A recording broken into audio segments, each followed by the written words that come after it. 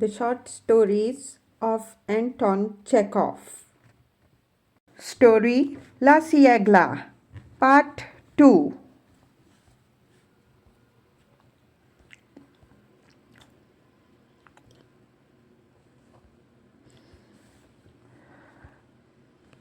The 2nd of September was warm and windless but dull. Since early morning, a light mist had wandered across the Volga, and at 9 o'clock it began to rain. There was no hope of a clear sky.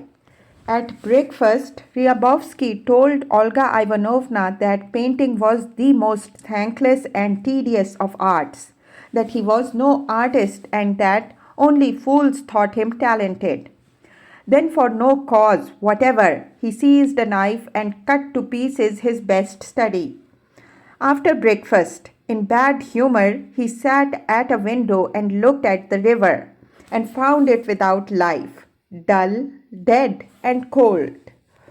All around spoke of frowning autumn's approach.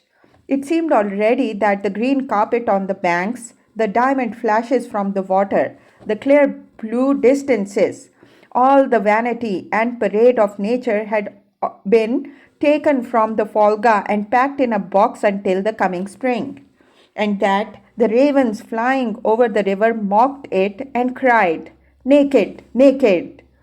Ryabovsky listened to their cry and brooded on the exhaustion and loss of his talent.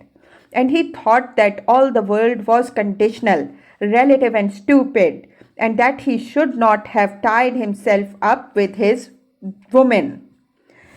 In one word, he was out of spirits and sulked.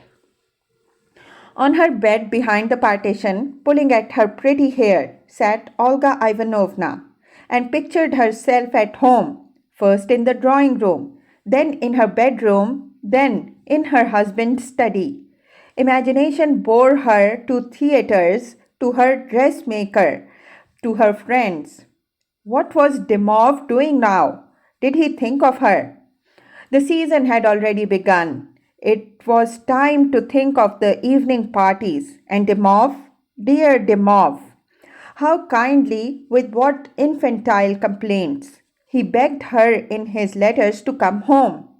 Every month he sent her 75 rubles, and when she wrote that she had borrowed 100 from the artists, he sent her also that 100.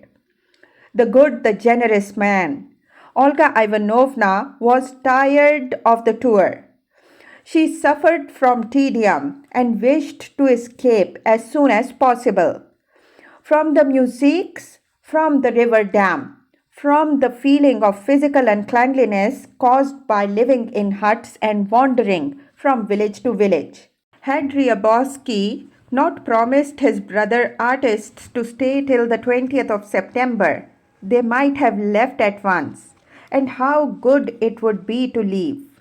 My God, groaned Ryabovsky, will the sun ever come out? I cannot paint a landscape without the sun. But your study of a cloudy sky, said Olga Ivanovna, coming from behind the partition. You remember the one with the trees in the foreground to the right and the cows and the geese at the left? You could finish that. What? The artist frowned. Finish it. Do you really think I'm so stupid that I don't know what to do? What I do think is that you've changed to me, sighed Olga Ivanovna. Yes, and that's all right. Olga Ivanovna's face quivered. She went to the stove and began to cry. We only wanted tears to complete the picture. Do stop. I have 1,000 reasons for crying, but I don't cry.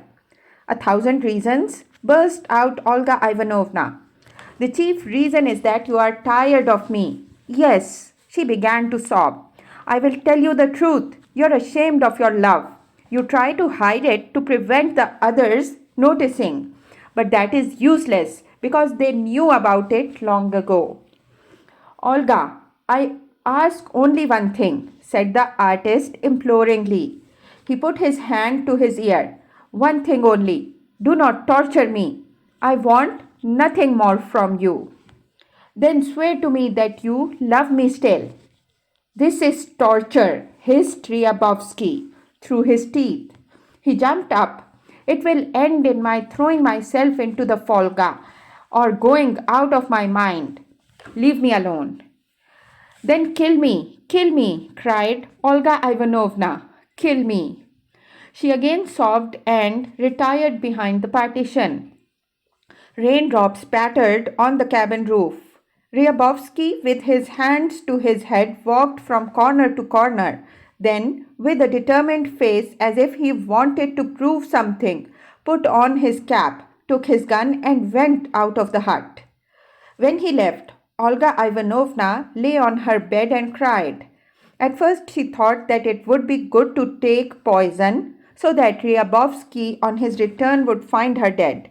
But soon her thoughts bore her back to the drawing room and to her husband's study, and she fancied herself sitting quietly beside Dymov, enjoying physical rest and cleanliness, and spending the evening listening to Cavalleria Rusticana, and a yearning of civilization for the sound of cities, for celebrities filled her heart.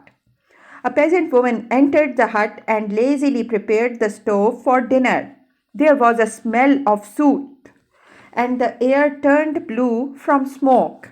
Then in came several artists in muddy top boots and their faces wet with rain, and they looked at the drawings and consoled themselves by saying that even in bad weather the Volga had its special charm. The cheap clock on the wall ticked away. Half frozen flies swarmed in the icon corner and buzzed, and cockroaches could be heard under the benches. Ryabovsky returned at sunset. He flung his cap on the table and, pale, tired, and muddy, dropped on a bench and shut his eyes. I am tired, he said, and wrinkled his brows, trying to open his eyes. To show him kindness and prove that her anger had passed, Olga Ivanovna came up to him, kissed him silently, and drew a comb through his long fair hair. What are you doing? He asked, starting as if something cold had touched him. He opened his eyes. What are you doing? Leave me alone, I beg of you. He repulsed her with both hands, and his face seemed to express repugnance and vexation. The peasant woman cautiously brought him a plate, and Olga Ivanovna noticed how she stuck her big fingers in the soup. And the dirty peasant woman with her pendant stomach, the soup which Ryabovsky ate greedily, the hut which she had loved at first for its plainness and artistic disorder, seemed to her unbearable. She felt a deep sense of offense and said coldly, we must part for a time, otherwise we'll only quarrel, seriously, out of sheer tedium. I am tired of this. I'm going today. Going? How? On the steamer. Today is Thursday. There is a steamer at 9:30. Ah, yes. All right, go, said Ryabovsky softly, using a towel for a table napkin. It's tiresome here for you, and there's nothing to do. Only a great egoist would try to keep you. Go. We will meet after the 20th. Olga Ivanovna, in good spirits, packed her clothes. Her cheeks burnt with pleasure. Is it possible? She asked herself. Is it possible I shall soon paint in the drawing room and sleep in a bedroom and dine off a tablecloth? Her heart grew lighter and her anger with the artist disappeared. I leave you the colors and brushes, Ryabusha, she said. You'll bring everything. And mind, don't idle when I'm gone. Don't sulk, but work. You are my boy, Ryabusha. At 10 o'clock, Ryabovsky kissed her goodbye in the hut to avoid, as she saw, kissing her on the landing stage in the presence of others. Soon afterwards, the steamer arrived and took her away. 2.5 days later, she reached home, still in her hat and waterproof cloak. Panting with excitement, she went through the drawing room into the dining room. In his shirt sleeves with unbuttoned waistcoat, Dymov sat at the table and sharpened the knife. On a plate before him was a grouse. As Olga Ivanovna entered the house, she resolved to hide the truth from her husband and felt that she was clever and strong enough to succeed. But when she saw his broad, kindly, happy smile and his bright, joyful eyes, she felt that to deceive such a man would be base and impossible as to slander, steal, or kill. And she made up her mind in a second to tell him the whole story. When he had kissed and embraced her, she fell upon her knees and hid her face. What is it, Mamma? He asked tenderly. You got tired of it. She raised her face, red with shame, and looked at him guiltily and imploringly. But fear and shame forbade her to tell the truth. It is nothing, she said. I only. Sit down here, he said, lifting her and seating her at the table. There we are. Eat the grouse. You're starving, of course, poor child. She breathed in greedily her native air and ate the grouse. And Dymov looked at her with rapture and smiled merrily. Apparently, about the middle of winter, Dymov first suspected his wife's unfaithfulness. He behaved as if his own conscience reproached him. He no longer looked her straight in the face, no longer smiled radiantly when she came in sight, and to avoid being alone with her, often brought home to dinner his colleague Korostelev, a little short-haired man with a crushed face, who showed his confusion in Olga Ivanovna's society by buttoning and unbuttoning his coat and pinching his right mustache. During dinner, the doctors said that when the diaphragm rises abnormally high, the heart sometimes beats irregularly, that neuritis had greatly increased, and they discussed Dymov's discovery made during dissection that a case of cancer of the pancreas had been wrongly diagnosed as malignant anemia. And it was plain that both men spoke only of medicine in order that Olga Ivanovna might be silent and tell no lies. After dinner, Kroseletev sat at the piano and Dymov sighed and said to him, Ah, brother, well, play me something mournful. Whereupon, raising his shoulders and spreading his hands, Korostelev strummed a few chords and sang in terror. Show me but one spot where Russia's peasants do not groan. And Dymov sighed again, rested his head on his hands, and seemed lost in thought. Of late, Olga Ivanovna had behaved recklessly. She awoke each morning in bad spirits, tortured by the thought that Ryabovsky no longer loved her, that thanks to the Lord, all the same, all was over. But as she drank her coffee, she reasoned that Ryabovsky had stolen her from her husband, and now she belonged to neither.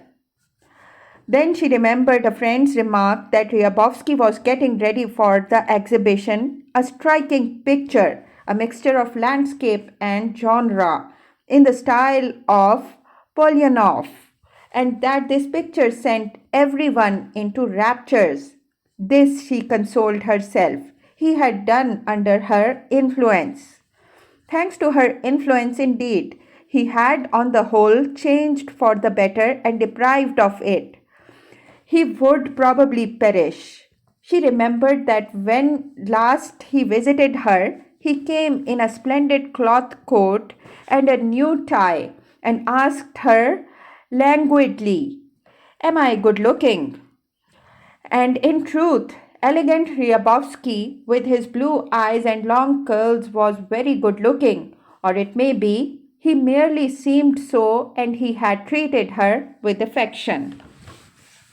Having remembered and reasoned much, Olga Ivanovna dressed and in deep agitation drove to Ryabovsky's studio. He was in good humor, delighted with what was indeed a fine picture. He hopped, played the fool, and answered every serious question with a joke.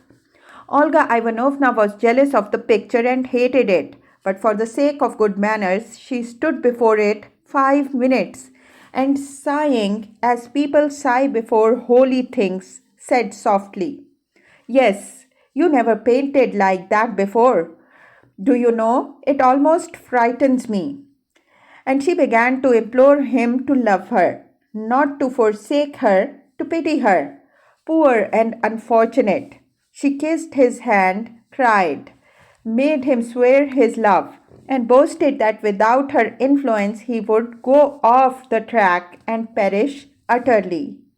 Thus, having spoilt his good humor and humiliated herself, she would drive away to a dressmaker or to some actress friend to ask for free tickets. Once, when she found Ryabovsky out, she left a note swearing that if he did not visit her at once, she would take poison. And he, frightened, came and stayed to dinner. Ignoring her husband's presence, he spoke to her impudently, and she answered in the same tone. They felt chained to each other.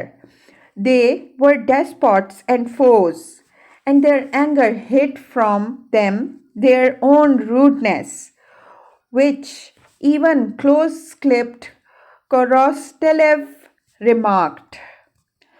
After dinner, Ryabovsky said goodbye hastily and went.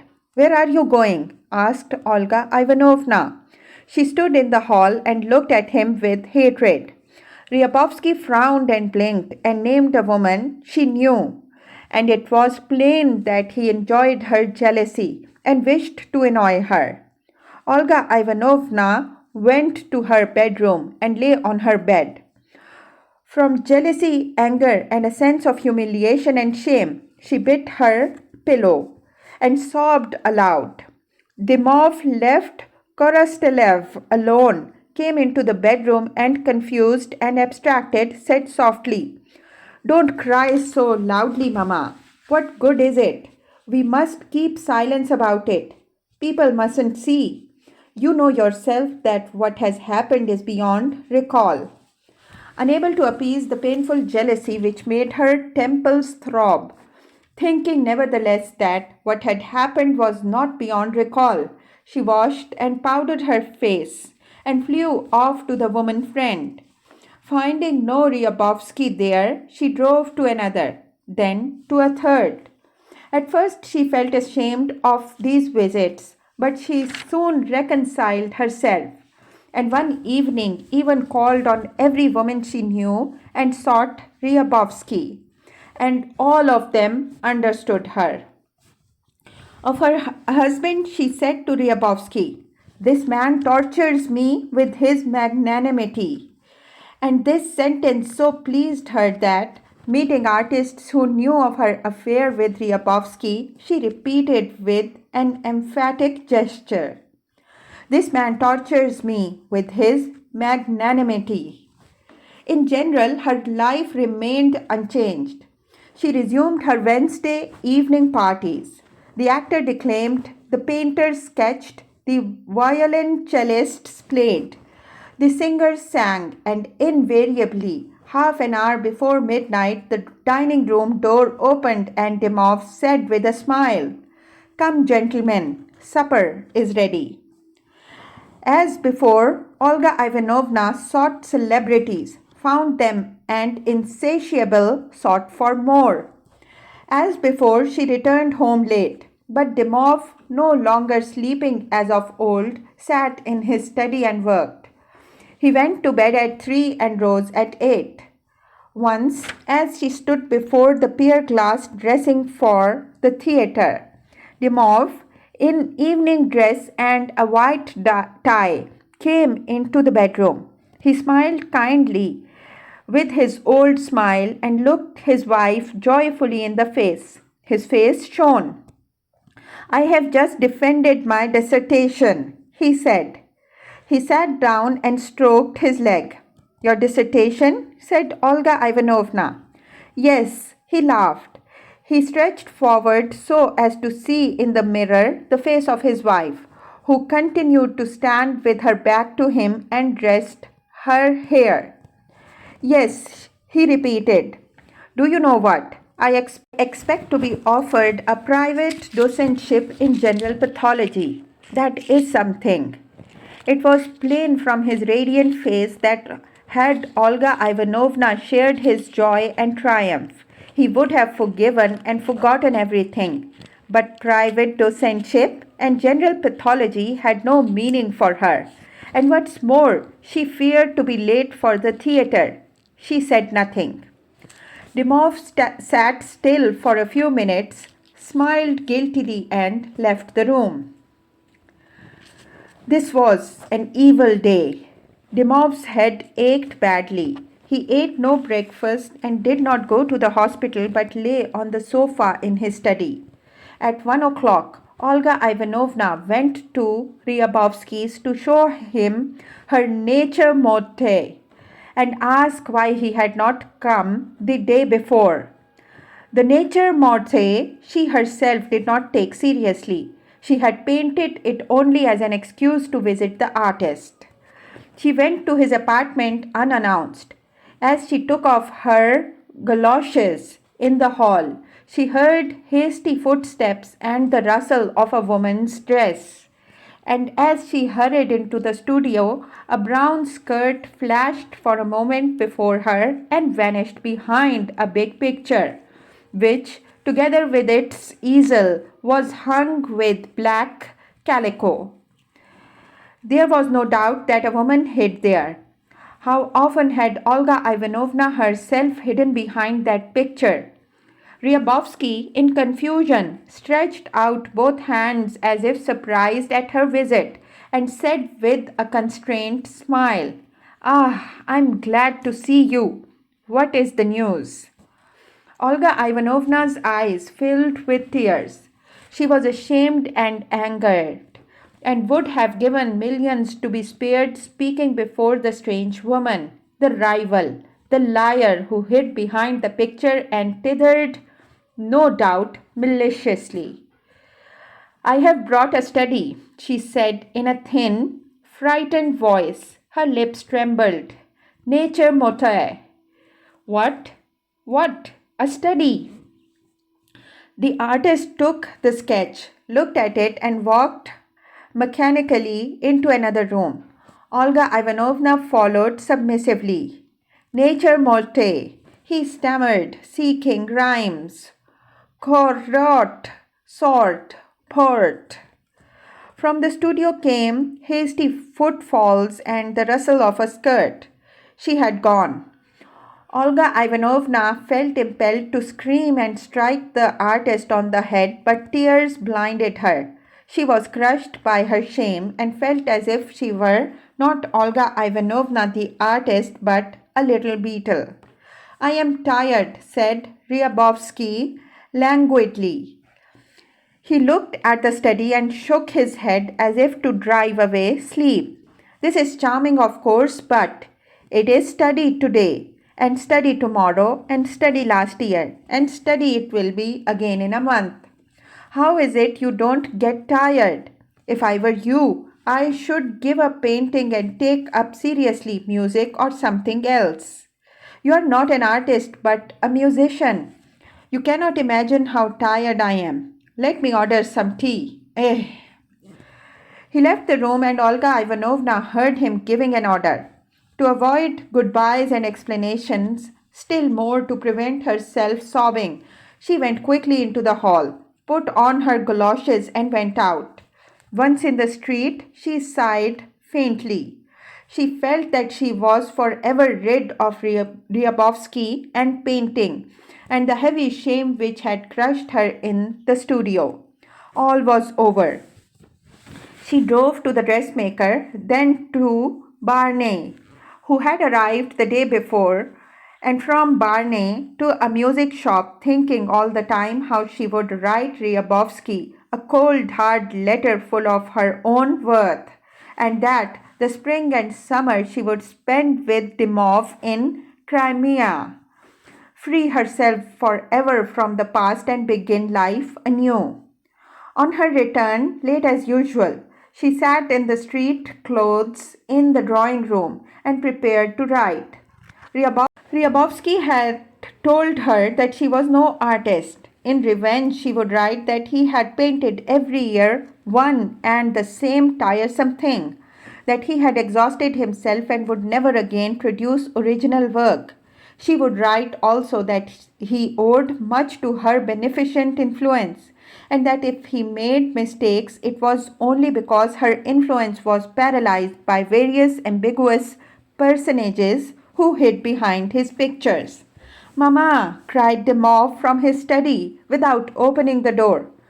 What is it? Mama, don't come in, but just come to the door. It is this. The day before yesterday, I took diphtheria at the hospital, and now I feel bad. Send at once for Korostelev.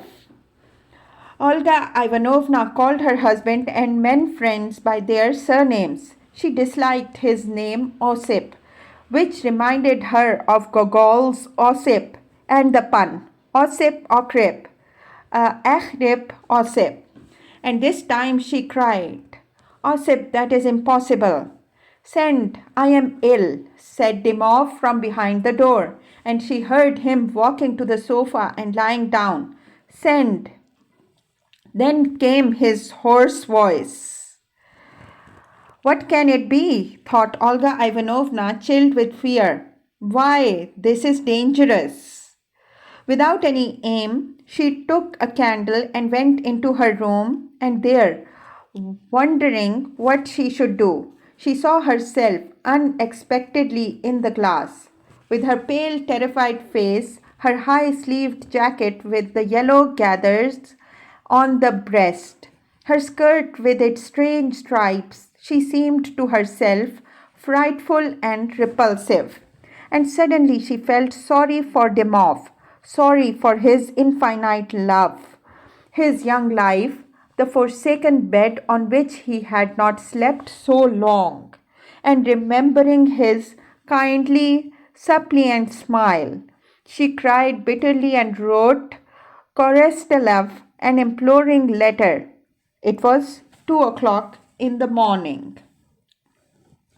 When at 8 o'clock next morning, Olga Ivanovna, heavy from sleeplessness, untidy, unattractive, and guilty face, came out of her bedroom, an unknown black-bearded man, obviously a doctor, passed her in the hall.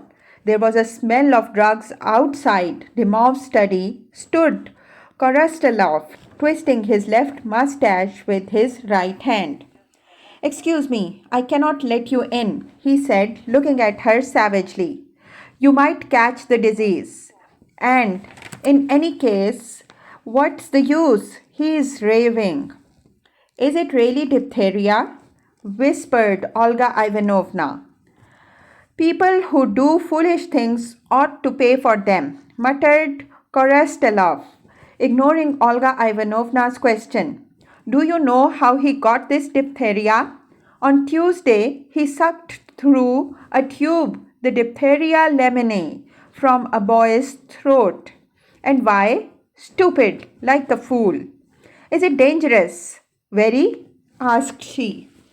Yes, it's a very bad form, they say. We must send for Shrek. We must. First came a little red-haired, long-nosed man with a Jewish accent, then a tall, stooping, untidy man like a Porto deacon. Lastly, a young, very stout, red-faced man with spectacles. All these doctors came to attend their sick colleague. Korostelev, having served his turn, remained in the house, wandering about like a shadow. The maid servant was kept busy serving the doctors with tea and running to the apothecaries, and no one tidied the rooms. All was still and sad. Olga Ivanovna sat in her room and reflected that God was punishing her for deceiving her husband. That silent, uncomplaining, inexplicable man impersonified. It seemed by kindness and mildness, weak from excessive goodness, lay on the sofa and suffered alone, uttering no groan. And if he did complain in his delirium, the doctors would guess that the diphtheria was not the only culprit. They would question Korostelov, who knew all and not without cause looked viciously at his friend's wife as if she were chief and real offender and disease only her accomplice. She no longer thought of the moonlight Volga night, the love avowal, the romance of life in the peasant's hut.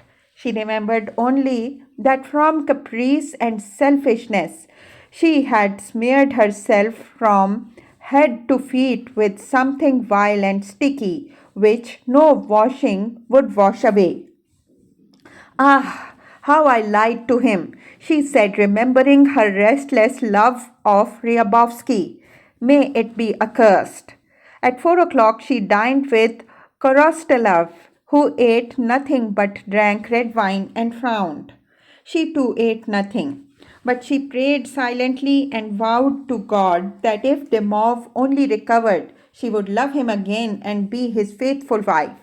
Then, forgetting herself for a moment, she looked at Korostelov and thought, how tiresome it is to be such a simple, undistinguished, obscure man, and to have such bad manners. It seems to her that God would strike her dead for her cowardice in keeping away from her husband, and altogether she was oppressed by a dead melancholy and a feeling that her life was ruined and that nothing now would mend it. After dinner, darkness, Olga Ivanovna went into the drawing room and found Korostelov asleep on the couch, his head resting on a silken cushion embroidered with gold. He snored loudly. Alone, the doctors, coming on and off duty, ignored the disorder. The strange man sleeping and snoring in the drawing room, the studies on the walls, the wonderful decorations, the mistress's disheveled hair and untidy dress. None of these awakened the least interest. One of the doctors laughed, and this laugh had such a timid sound that it was painful to hear. When Olga Ivanovna entered the drawing room, Korostelov was awake. He sat up and smoked. He has got diphtheria in the nasal cavity, he said quietly. Yes, and his heart is weak. It is a bad business. Better send for Shrek, said Olga Ivanovna. He's been. It was he. Notice that diphtheria had got into the nose. Yes, but what is Shrek? In reality, Shrek is nothing. He is Shrek. I am Korostelov, and nothing more. Time stretched into eternity. Olga Ivanovna lay dressed on her unmade bed and slumbered. She felt that the whole flat from roof to ceiling was filled with the giant block of iron, and that if the iron were only removed, all would be well again. But then she remembered that there was no iron, but only Dymov's illness. And again the iron. Time stretched into eternity, and the clock downstairs struck innumerable times. Now and then the bell was rung. Doctors came. In came the servant with an empty glass on a salver and said, Shall I make the bed, ma'am? And receiving no answer, she went out. Again the clock struck. Dreams of rain on the Volga, and again someone arrived. This time it seemed a stranger. Olga Ivanovna started and saw Korostelov. What time is it? She asked. About 3. Well, what? Just that. I came to say that he is dying. He sobbed sat down on her bed and wiped away his tears with his sleeve. At first, Olga Ivanovna understood nothing. Then she turned cold and began to cross herself. He is dying, he repeated in a thin voice, and again he sobbed. He is dying because he sacrificed himself. What a loss to science! He spoke bitterly. This man, compared with the best of us, was a great man, an exceptional man. What gifts, what hopes he awakened in us all. Korostelov wrung his hands. Lord, my God, you will not find such a scholar if you search till judgment day. Oscar, Dymov, Oscar Dymov, Oscar Dymov, what have you done, my God? In despair, he covered his face with his hands and shook his head. And what moral fortitude! He continued each second, increasing in anger. Good, pure, loving soul, not a man but a crystal. How he served his science, how he's died for it, worked day and night like an ox, sparing himself never. And he, the young scholar, the coming professor, was forced to seek a practice and spend his nights translating to pay for these dirty rags. Korostelov looked fiendishly at Olga Ivanovna, seized the sheet with both hands, and tore it as angrily as if it and not she were guilty. And he never spared himself, nor did others spare him. And for what purpose? Why? Yes, a man in 100, came a deep voice from the dining room. Olga Ivanovna recalled her life with Dymov from beginning to end, in all its details, and suddenly she realized that her husband was indeed an exceptional man, a real compared with all her other friends, a great man. And remembering how he was looked up to by her late father and by all his colleagues, she understood that there was indeed good reason to predict for him future fame.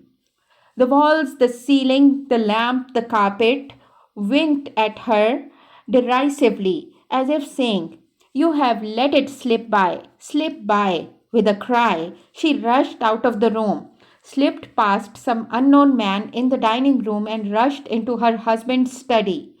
Covered with a counterpane to the waist, Dymov lay motionless on the couch.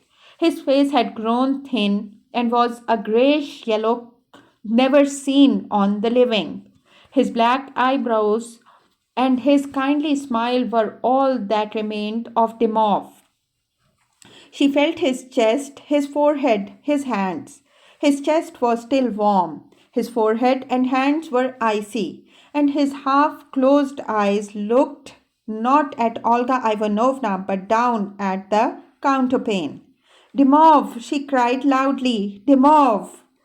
She wished to explain to him that the past was but a mistake, that all was not yet lost, that life might yet be happy and beautiful, that he was a rare and uncommon, a great man, that she would worship him from this day forth, and pray and torture herself with holy dread. Dymov, she cried, tapping his shoulder, refusing to believe that he would never awaken. Dymov, Dymov! But in the drawing room, Korostelov spoke to the maidservant. Don't ask silly questions. Go at once to the church watchman and get the woman's address. They will wash the body and lay it out and do all that's wanted.